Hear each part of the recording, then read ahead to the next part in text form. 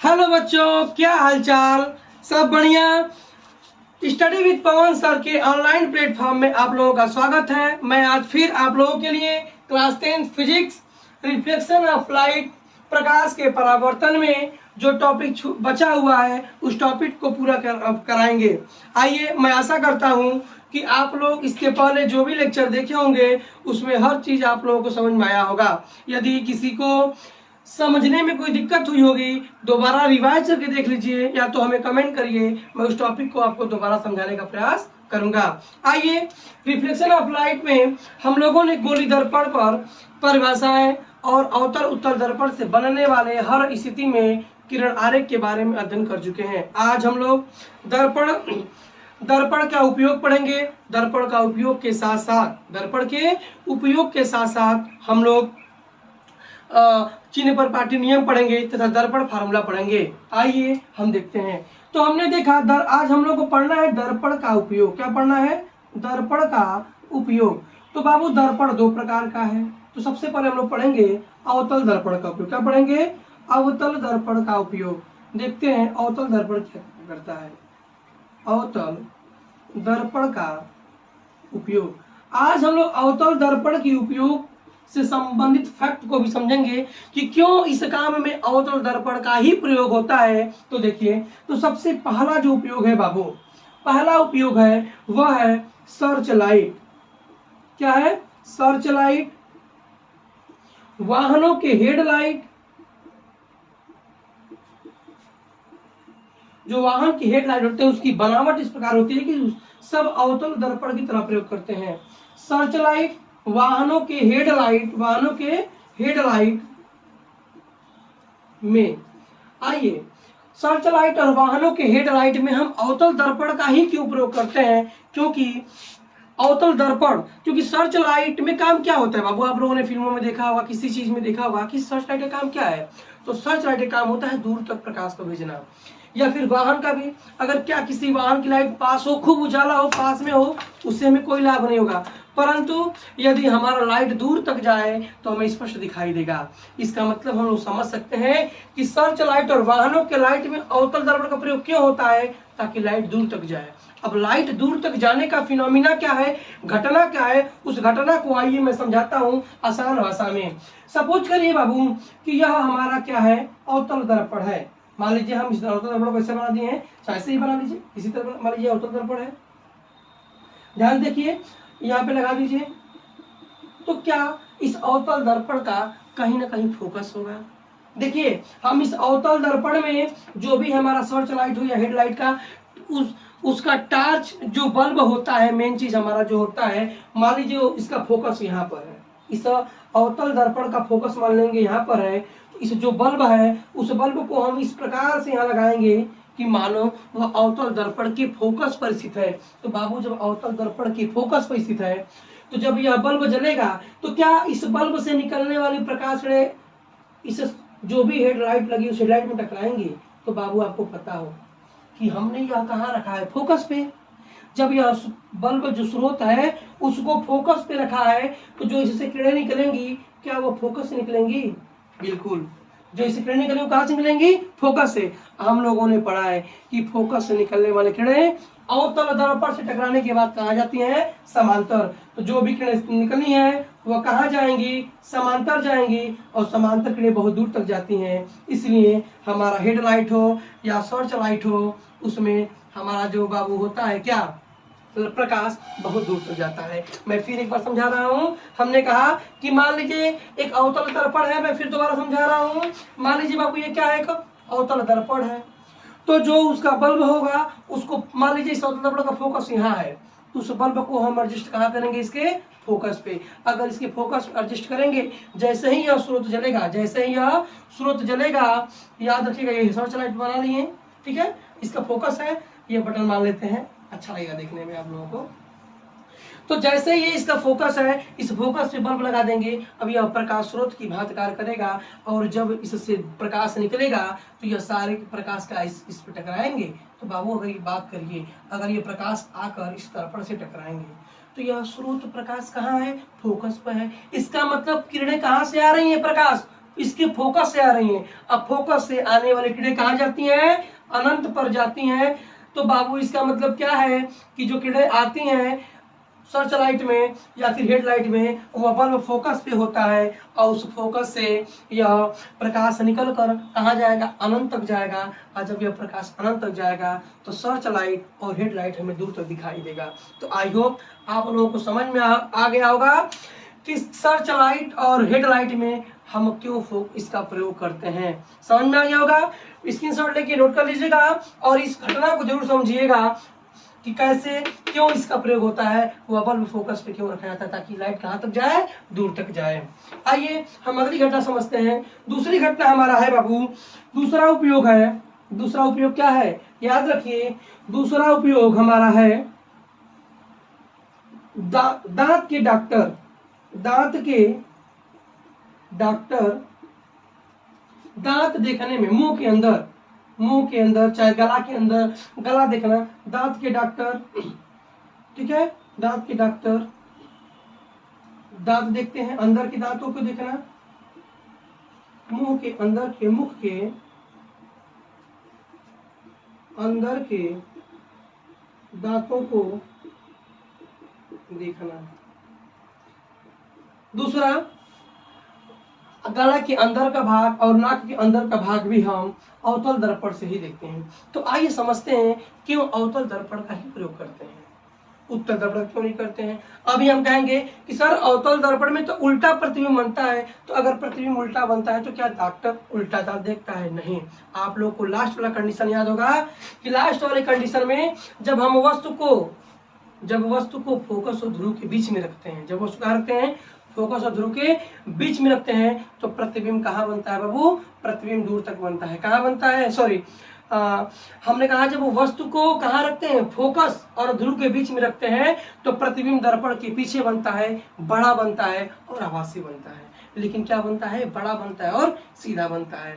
और वहीं आप लोग कहेंगे, तो हमने देखा कि दांत के डॉक्टर इसका चाहे गले के डॉक्टर देखने के लिए प्रयोग क्यों करते हैं? क्योंकि जब इसको बहुत पास रखते हैं तो इसमें बड़ा और आभासी प्रतिबिंब बनता है, यानी बड़ा बनता है, जिससे दांत हो चाहे गला हो, डॉक्टर उसको स्पष्ट रूप से देख सकता है। आप लोग कहेंगे सर सीधा भी बनता है, बड़ा बनता है, आभासी बनता है, तो उत्तल दर्पण का भी तो प्रयोग कर सकते हैं, उसमें भी तो सीधा बनता है, आभासी बनता है। लेकिन बाबू याद रखिएगा, उत्तल दर्पण में प्रतिबिंब छोटा बनता है। क्या डॉक्टर में जो दांत है, तो दांत पहले से छोटा है, गले के अंदर का भाग पहले से छोटा है, और डॉक्टर अगर उत्तल दर्पण से देखेगा तो वो और छोटा दिखाई देगा, तो क्या उस स्पष्ट दिखाई देगा? नहीं। इसलिए डॉक्टर अवतल दर्पण का प्रयोग करते हैं, जिससे उन्हें दांत का हिस्सा, गले का हिस्सा बड़ा दिखाई दे और वह आसानी से उस रोग को, लक्षण को पकड़कर इलाज कर सकें। तीसरा बाबू हम देखते हैं, तीसरा हमारा है दाढ़ी बनाने में, शेविंग करने में। दाढ़ी की अगर हम बात करें, दाढ़ी बनाने में रहा सवाल कि दाढ़ी बनाने में हम अवतल दर्पण का क्यों प्रयोग करते हैं? यही घटना, क्योंकि जब हम दाढ़ी जो सैलून में जो नाई लोग बार्बर जो लगाए रहते हैं, क्या बाबू? दर्पण। वो दर्पण समतल न करके अवतल दर्पण लगाया जाता है अच्छे से सैलूनों में। अवतल दर्पण वह बड़े फोकस का होता है, जिससे हम जब चेयर लगा के दर्पण के पास बैठते हैं तो मानो कि हम ध्रुव और फोकस के बीच में ही बैठते हैं। वो इस प्रकार से सेटिंग रहती है कि हम बैठेंगे तो कहाँ बैठेंगे? ध्रुव और फोकस के बीच में, ताकि ध्रुव और फोकस के बीच में जब हम बैठेंगे तो याद करिए, ध्रुव और फोकस के बीच में जब वस्तु होगा तो प्रतिबिंब सीधा होगा और वस्तु से बड़ा होगा और आभासी होगा। इसलिए हमारा बड़ा प्रतिबिंब बनता है, जिससे नाई देखकर अच्छे से शेविंग कर लेता है। अगर हम उत्तल दर्पण का प्रयोग करें तो सीधा तो प्रतिबिंब बनेगा, लेकिन हमारा फेस, हमारा जो बाल होगा वो पहले से छोटा दिखाई देगा, तो नाई को बनाने में और समझने में कठिनाई होगी। अतः हम किसका प्रयोग करते हैं दाढ़ी बनाने में? अवतल दर्पण का। समझ में आ गया किसका प्रयोग करते हैं? अवतल दर्पण का प्रयोग करते हैं। नोट कर लीजिए आप लोग।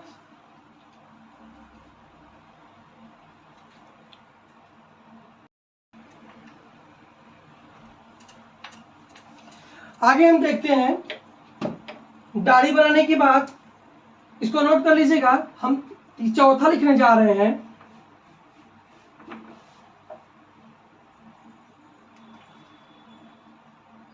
हमारा जो चौथा पॉइंट है वह है बाबू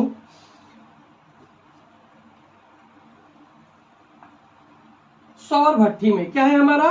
सौर भट्टी में प्रयोग करते हैं। तो आइए हम समझते हैं सौर भट्टी में कैसे प्रयोग होता है। तो अवतल दर्पण, अगर आप लोग देखे होंगे मेरे पहले लेक्चर में, अवतल दर्पण को हम अभिसारी भी कहते हैं। क्या कहते हैं? अभिसारी दर्पण भी कहते हैं। तो अभिसारी दर्पण का मतलब क्या होता है? एक होता है अभिसारी और एक होता है अपसारी। उत्तल दर्पण होता है अपसारी। अपसारी का मतलब होता है जो प्रकाश को फैला दे, अभिसारी का मतलब जो प्रकाश को एक जगह पे इकट्ठा कर दे। तो हम समझते हैं। तो देखिए इसका लाभ क्या है। सौर भट्टी का लाभ, पहला लाभ है कि हम इस भट्टी को गर्म करेंगे, बड़े से बड़े धातुओं के टुकड़ों को पिघला देंगे, किसी भी वस्तु को पिघला देंगे, वो भी बिना प्रदूषण फैलाए और बिना अपने वातावरण को हानि पहुंचाए। क्योंकि सौर ऊर्जा का प्रयोग करना हमारे वातावरण के लिए, हमारे सौरमंडल के लिए एक लाभदायक है। वहीं पे जीवाश्म ईंधनों का प्रयोग करना, तमाम ईंधनों का प्रयोग करना हमारे लिए हानिकारक है। तो जहां से जहां अधिक हो हम सौर भट्टी का प्रयोग करते हैं, और सौर भट्टी के साथ साथ सौर कुकर का भी प्रयोग करते हैं। इसी से सौर भट्टी भी हो गया और सौर कुकर का भी प्रयोग हम किससे करते हैं? अवतल दर्पण से ही करते हैं, सौर कुकर का। आइए हम समझते हैं। तो पहले हम समझेंगे सौर भट्टी।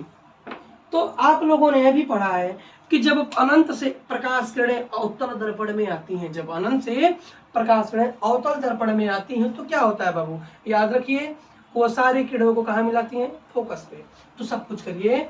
मान लीजिए हम इस प्रकार अपने एक अवतल दर्पण हम इस प्रकार बना रहे हैं। देखिए ध्यान से, यहाँ पे ध्यान से, कोई भी अवतल दर्पण सब कुछ करिए, हम इस प्रकार बना दिए। देखिए ऐसे बना दिए, ठीक है, बना दिए। मान लीजिए इसका फोकस यहाँ पर है और हम इस दर्पण को ऐसे बना दिए, इसका फोकस यहाँ पर है। समझिए मेरी बात को। और सूर्य मान लीजिए यहाँ पर है हमारा, यहाँ पर हमारे सूर्य साहब हैं। यहाँ पे लिख दे रहे हैं हम सौर भट्टी। आप लोग थोड़ा सा बढ़िया समझा दें हम। सौर भट्टी, मान लीजिए ये हमारे सूर्य साहब हैं। देखिए बाबू, ये हमारे सूर्य साहब हैं और ये हमारा फोकस है, ये हमारा अवतल दर्पण है। तो हम क्या करेंगे? जिस धातु के टुकड़े को पिघलाना होगा, उस धातु के टुकड़े को मान लीजिए बाबू, यहाँ हम कहाँ रख दिए? इस धातु टुकड़े को कहाँ रख दिए हम? क्यूब को। मान लीजिए कोई धातु टुकड़ा है, क्यूब को हम रख देंगे यहाँ पर, इस फोकस पे। और ये सूर्य है। जब सूर्य से किरणें आएंगी तो सब कुछ कहिए भाई, किरणें तो सूर्य अनंत दूरी पर है। जितनी भी सूर्य से किरणें आएंगी, ध्यान दीजिए, जितनी भी सूर्य से किरणें आएंगी वो अनंत से आ रही हैं। और अनंत से आने, देखिए भाई सूर्य अनंत पर है, ये हमारा दर्पण है, इसको भट्टी के पास रख दिए हैं। और जो भट्टी है जहाँ धातु है उसको फोकस पे कर दिए हैं। किस फोकस पे? ये बहुत बड़ा होता है। मान लीजिए जो मेरा कमरा है, जो मेरा ऑफिस है, इस ऑफिस से बड़ा बड़ा होता है। मान लीजिए ऑफिस इतना ही मान लीजिए। तो बड़े बड़े भट्टी होती हैं, ये दर्पण होते हैं। जब सूर्य से किरणें आएंगी तो मानो ये किरणें कहाँ से आ रही हैं? अनंत से। और जब बाबू किरणें अनंत से आती हैं तो आपको पता होगा कि अपवर्तन के पश्चात, परावर्तन के पश्चात वो फोकस पे जाती हैं। और जब सारी किरणें फोकस पर आएंगी, देखिए ध्यान से, जितनी किरणें आई हैं सब टकराकर फोकस पर आएंगी तो क्या होगा? अब सोचिए, इतने दूर की गर्मी, इतना बड़ा अगर दर्पण है, इस पूरे दर्पण की पूरा प्रकाश अगर हम एक पतली जगह पे कर दें तो कितना हीट होगा? बात तो समझिए। इतने दूर का प्रकाश सबको इकट्ठा करके एक बिंदु पर गिराएंगे तो क्या वो गर्म हुआ कि नहीं? वो बिंदु इतना गर्म होगा कि वहां पे आने वाली जो एलिमेंट होगा वो पिघलने लगेगा। क्या होने लगेगा? पिघलने। सेम यही घटना है। हमने क्या कहा? इतने दूर से आने वाली सारी गर्मी यहाँ पे जाएगी, प्रकाश और एनर्जी अधिक होगा और ये धातु का टुकड़ा क्या होगा? पिघल जाएगा। तो आप लोगों ने समझ चुका होगा कि सौर भट्टी का प्रयोग कैसे होता है। सौर भट्टी के साथ साथ इसी प्रकार सौर कुकर का भी प्रयोग होता है। सौर कुकर में भी उत्तल दर्पण इस प्रकार बनाया जाता है कि उसका फोकस नीचे रखे बर्तन पे होगा और ये हमारा कि ताकि यहाँ से किरणें आती हैं और टकरा कर इस पात्र में गिरेंगी। इस पात्र पर एक शीशा ढका होता है जिससे कोई कचरा न जाए और ये गर्मी धीरे धीरे फोकस पर जाएगी और हमारे खाना पक जाएगा और प्रदूषण भी नहीं होगी। तो आप लोगों ने आई होप यह पूरा अच्छी तरीके से समझ चुके होंगे कि कैसे सौर भट्टी काम करता है और कैसे सौर ऊर्जा काम करता है। अगला टॉपिक हमारा है उत्तल दर्पण। क्या है? उत्तल दर्पण। इसे नोट कर लीजिएगा बाबू ध्यान से। ये बहुत हमने चित्र बना के बताया है ताकि आपके माइंड में फिगर बैठ जाए कि कैसे सौर भट्टी और सौर कुकर काम करता है, उत्तल दर्पण का काम होता है। आइए अगला टॉपिक है उत्तल दर्पण का प्रयोग। क्या है, उत्तल दर्पण का प्रयोग। तो देखिए यहाँ पे हम कर दे रहे हैं उत्तल दर्पण का प्रयोग। उत्तल दर्पण का प्रयोग जो सबसे अच्छा प्रयोग है वह है वाहन का साइड मिरर, साइड दर्पण भी कर दीजिए। देखिए वाहन का साइड मिरर अर्थात कोई भी गाड़ी हो जो साइड में लगाता है जिससे हम पीछे से आने वाली गाड़ी को देखते हैं, जिसमें हम पीछे से आने वाली गाड़ियों को देखते हैं। तो सपोज करिए कि क्यों वाहन के साइड मिरर में हम और उत्तल दर्पण का प्रयोग करते हैं, क्योंकि उत्तल दर्पण, अगर यहाँ पे मेरा हाथ देखिए, अगर मैं इस हाथ से अगर मेरा ये हाथ उत्तल दर्पण है, इसमें इतना ही दूर का दिखाई देगा फिगर, क्योंकि इतना दूर का इतना जाएगा और इतना दूर का फिगर दिखाई देगा। लेकिन अगर हम इसको ऐसे उत्तल दर्पण बना दिए, देखिए इतना दूर का कवर करेगा। यानी अब सब कुछ करिए, मैं बना दे रहा हूँ चित्र। अगर ये दर्पण बना रहा हूँ, ठीक है, ये उत्तल दर्पण है, ठीक है बाबू समझिए, और मैं यहीं पे अवतल दर्पण बना रहा हूँ। तो देखिए ध्यान से, ये अवतल दर्पण है तो इसकी जो दृष्टि क्षेत्र होगी वो लगभग इतना होगा, ठीक है, इतना ही दिखेगी। लेकिन इसकी जो दृष्टि होगी वो इतना दिखेगा। तो हमने देखा, यहां मैं बना दे रहा हूं, हमने देखा कि उत्तल दर्पण जो है इतना ही देख पाएगी, इतना ही दृष्टि का देख पाएगी। सॉरी, अवतल दर्पण जो है इतना ही दृष्टि के चित्र देख पाएगी, और जबकि उत्तल दर्पण इतने दृष्टि क्षेत्र का वस्तुओं को देख सकती है। हमने देखा कि जब उत्तल दर्पण है वह अधिक क्षेत्र को दिखा रही है, छोटा शीशा है पर अधिक क्षेत्र को कवर कर रही है, और यहीं पे कम क्षेत्र को कवर कर रही है। इसलिए वाहनों के दर्पण में, साइड मिरर में हम किसका प्रयोग करते हैं, उत्तल दर्पण का, ताकि गाड़ी के पीछे पूरे रोड का हिस्सा, रोड से कैसी गाड़ी आ रही है, कैसी गाड़ी जा रही है, सारा का सारा वो दिखा दे, ज्यादा कवर कर दे, जिससे ड्राइवर आसानी से गाड़ी चला सके। दूसरी बात क्या है कि हमेशा सीधा बनाता है इमेज। कैसा बनाता है, सीधा। अगर हम अवतल दर्पण का प्रयोग कर दें तो कुछ कंडीशन में तो सीधा दिखाएगा, लेकिन जो गाड़ी बहुत दूर होगी, जो फोकस से पास होगी, उस गाड़ी का चित्र उल्टा बनाएगा तो ड्राइवर देख के ही डर जाएगा। तो ये समझ जाइए कि क्यों उत्तल दर्पण का प्रयोग होता है साइड मिरर में। दूसरी चीज, उत्तल दर्पण का एक और उपयोग है, बहुत अच्छा उपयोग है, सोचिए क्या है, बताइए। उत्तल दर्पण का एक और उपयोग, स्ट्रीट लाइट। कैसी लाइट, स्ट्रीट लाइट में। बाबू अब स्ट्रीट लाइट क्या होती है, आप लोगों ने देखा होगा, स्ट्रीट लाइट जो होती है, जो रोड पे लगी होती है, शहरों में लोग अच्छी जगह पे रोड पे लगा देते हैं लोग। अब तो गांव में भी योजना आया है, उस योजना के तहत लगी जा रही है। तो जो स्ट्रीट लाइट होती है उससे तो प्रकाश दूर भेजना नहीं है।